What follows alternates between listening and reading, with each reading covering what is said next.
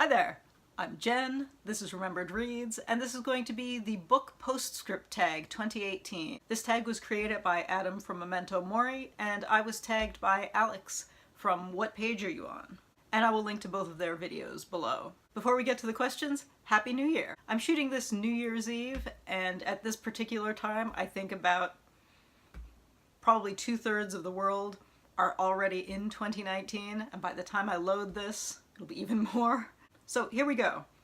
Question number 1. The longest book that you read this year and the book that took the longest to finish.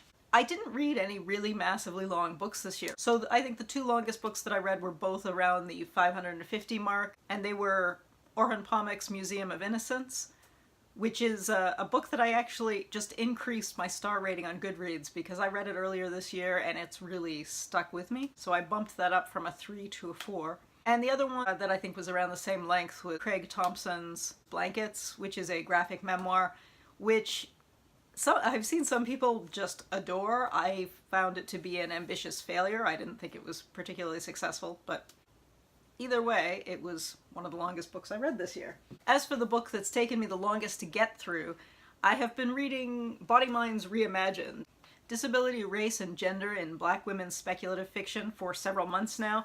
I still haven't actually finished it, so it'll be in the new year, and that is primarily because this is a book of literary criticism and analysis, and some of the essays in here are about works that I either want to reread or read for the first time before reading the analysis, so I put some of this on hold until I do that. I just felt like I wouldn't be appreciating it fully without doing the homework, essentially. Question number 2 is a book that you read in 2018 that is outside of your comfort zone. I don't particularly have a comfort zone. I read, in general, a bit of everything. I don't really know what to answer for this. Question number 3 is how many books did you reread in 2018? I don't generally track rereads very carefully, but I'm going to guess about somewhere between 6 and 10. All Quiet on the Western Front I reread every year. The Authority, Human on the Inside I reread every year. Yeah, but I don't have a specific count. Question number 4 is your favorite reread of 2018. And I guess my favorite reread was I reread Garth Ennis and Steve Dillon's Preacher from issues 21 onwards, which are the ones that I had in individual issues because I was selling comics earlier this year and I was debating getting rid of those because that was a series that I had been just a massive fan of when it was ongoing. And so much of it is very tied to 1990s cultural touch points that I wasn't sure how that would age. I know there's a TV series of it now that has made a lot of changes because those elements are dated, but I reread it and I still loved it basically as much as I did originally. And I said this in the BookTube Top 10s tag, but Garth Ennis is a writer that I think has just gotten better and better over the years. I think some of his work in Battlefields and in war stories are just, brilliant stuff in a way that his earlier work just wasn't as solid overall, but I just still loved that every bit as much as I did originally. And I actually met up with a friend a couple of weeks ago who was somebody that I was friends with in university. And every month when the new issue of Preacher came out, we would go to the comic book shop together and we would discuss the new issues. And we met up for the first time in years and we ended up chatting about that. Yeah, and it was kind of fun to be able to say, yeah, I actually just reread the whole series and still enjoyed it. She was telling me that her husband accidentally forgot to move most of her comics a number of years ago, I think. It was when her oldest kid was because her son now is 13 and he was maybe 2 when they moved, so it's been a number of years.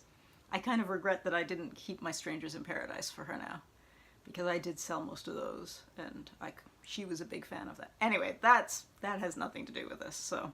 Right! Question number 5. A book that you read for the first time in 2018 that you look forward to rereading in the future. Well, I think the book for that is one that I just mentioned in question number 1, and that is Museum of Innocence.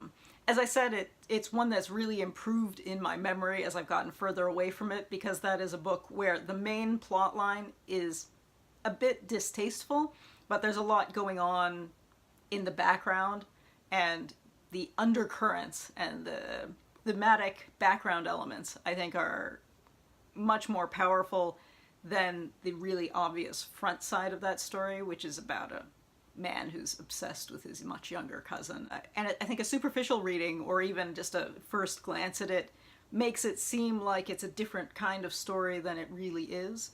And there's a lot of cultural evolution that's being portrayed alongside this gross relationship that seems to be in the front seat. So I would like to reread it with that in mind.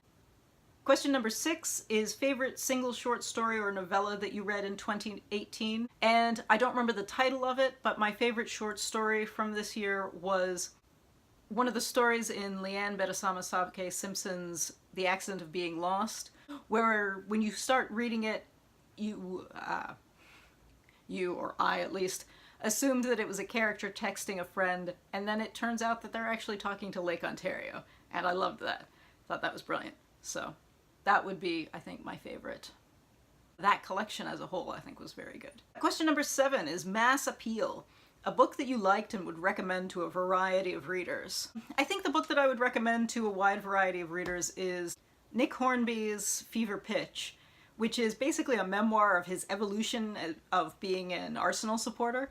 And I found it incredibly compelling and kind of a bit of almost an ethnographic portrait at the same time as being a sports story. So I think people who don't enjoy sports in general could still get a lot out of that, just on the kind of cultural and social picture that's being painted alongside of it.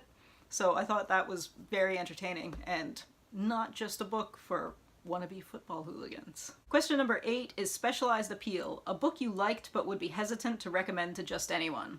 And I think for that I'm going to mention Museum of Innocence for the 3rd time and say, as I was saying in that last question, it does have a main plot that is distasteful, and I think a lot of people don't want to read about, you know, a 30-year-old man who's obsessed with his teenage cousin in this weird sexual way that lasts for years and years. Because even though there's a deeper level and there is something else going on in the background that is about culture and politics and shifting morals from through the 70s and 80s, although to a certain extent from the 50s to the 2000s, but you know, the trade-off has to be worth it, and I think for a lot of people the trade-off for that would not be worth it. And I think that's fair, so. Question number 9 is reflect on your year as a bookish content creator. I think this year was overall quite positive. I feel like I managed to be a little more steady in my posting schedule versus the year before. I also think I played a little bit more with different types of videos, not just sitting in front of the camera talking. I don't think those were necessarily 100% successful all of the time, but I'm glad I tried.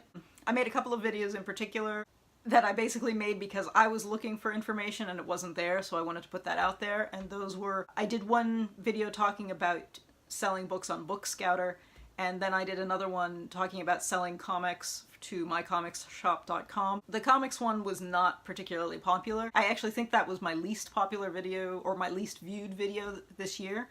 But because it was information that I had particularly been looking for and wondered why hasn't anyone made more content about this outside of forum posts, I was still pleased that I put that out there because someone else may have the same question that I had, and even if it's only a couple of people, I'm happy to have been able to answer those questions. And question number 10 is to tag some additional people. Because this is the last day of the year, or the first day of the year, depending on where you are, I feel like I've missed the boat in terms of tagging people. But if you haven't done this yet and you're still enthused to do some kind of 2018 wrap-up, consider yourself tagged. And once again, Happy New Year. That's it for now. Ciao.